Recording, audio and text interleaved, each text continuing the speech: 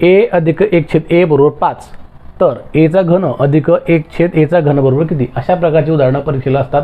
मित्रांच्या प्रतिक्रिया असे असतात. उदाहरण तर सोपं होतं, परंतु सोडवायला वेळ मिळाला नाही, त्याच्यामुळे स्किप केलं किंवा राहून गेलं.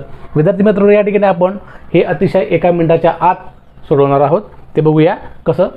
जेव्हा अशा प्रकारची उदाहरणं असतात, जेव्हा तुम्हाला बरोबरची किंमत दिलेली आहे, त्या उत्तराचा तुम्ही काय करणार? पहिले वर्ग करणार.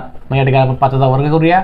उत्तर येणार तुमचं 25. या 25 मधून आपण घन असल्यामुळे 3 वजा करणार. आलेलं उत्तर आपलं आहे वजाबाकी 22.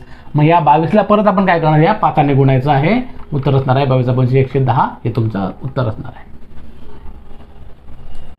आता या ठिकाणी अधिक असल्यामुळे आपण 3 वजा केलेले आहेत.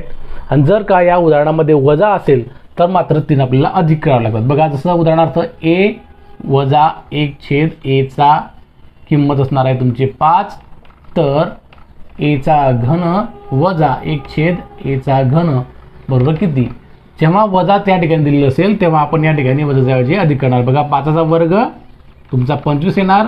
25 मध्ये मी 3 मिळवणार.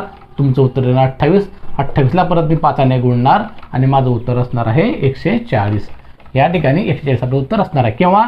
जेव्हा उदाहरणात वजा असेल तेव्हा 3 मिळवा आणि जेव्हा अधिक असेल तेव्हा 3 वजा करा आणि वजाबाकीला 5ने गुणल्यानंतर आपल्याला उत्तर या ठिकाणी मिळालेलं असतं.